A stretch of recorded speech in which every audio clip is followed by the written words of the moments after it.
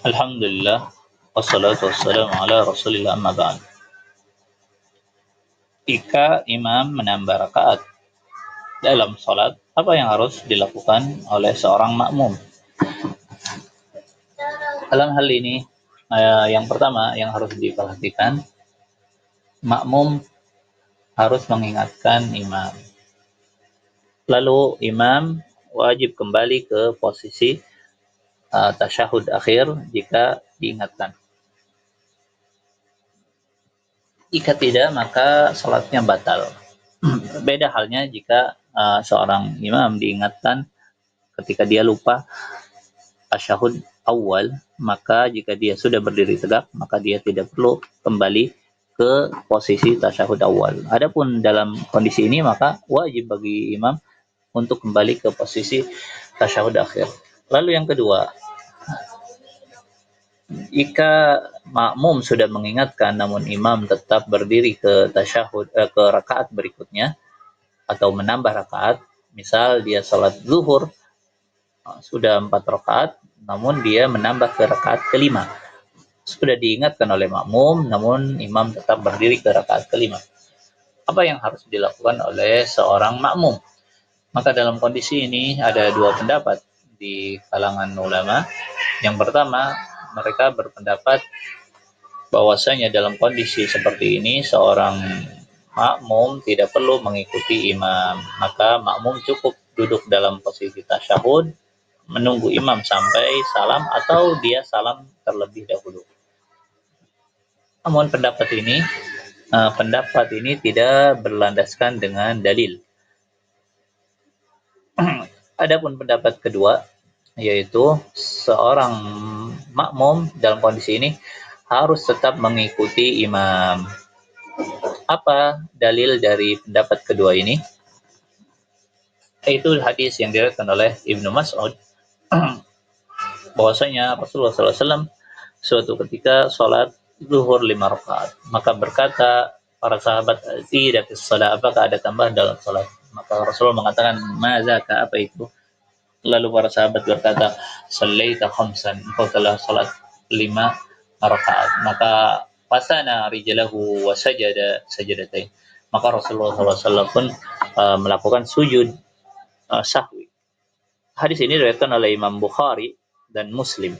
Dalam riwayat Muslim di akhir dalam hadisnya Rasulullah SAW bersabda, innama ana basyarum mislukum, sesungguhnya aku manusia seperti kalian, ansa kama tansaun, lupa sebagaimana kalian lupa, fa idza nasitu fadzakiruni, jika aku lupa maka ingatkanlah aku. Apa sisi pendalilan dari hadis ini untuk pendapat kedua? Bahwasanya dalam hadis ini para sahabat radhiyallahu anhum tetap mengikuti imam, tetap mengikuti Rasulullah sallallahu alaihi wasallam. Maka ketika imam menambah rakaat, maka makmum harus tetap mengikuti imam. Mungkin ada yang mengatakan, kan ini terjadi di waktu tasyri', di waktu pensyariatan sujud sahwi. Jadi para sahabat belum mengetahuinya. Maka kita katakan, namun di dalam hadis ini Rasulullah Shallallahu Alaihi Wasallam tidak menjelaskan tata cara apa yang harus dilakukan oleh makmum dalam kondisi ini, kecuali dalam hadis ini. Ini menunjukkan bahwasanya tata caranya adalah seperti di dalam hadis ini. Karena sebagaimana dalam sebuah kaidah usul, tarkul bayan an waqtil hajah mamnu, yaitu meninggalkan penjelasan di waktu yang dibutuhkan, maka terlarang bagi Rasulullah Sallallahu Alaihi Wasallam. Dalam hal ini Rasulullah tidak menerangkan tata caranya seperti tata cara pendapat yang pertama. Maka berarti tata cara dalam kondisi ini, maka tata caranya adalah sebagaimana yang ada di dalam hadis ini. Ini adalah pendalilan pertama. Pendalilan kedua, bisa jadi seorang imam menambah rakaat kelima dalam salat zuhur karena dia lupa di rakaat keempat sebuah rukun. Misal seorang imam dia lupa membaca Al-Fatihah di rakaat keempat. Lalu ketika tasyahud akhir dia baru ingat. bahwasanya dia belum membaca Al-Fatihah. Maka seorang imam dalam posisi seperti ini, dia harus berdiri kembali ke posisi dia membaca Al-Fatihah. Maka bisa jadi terjadi hal seperti ini.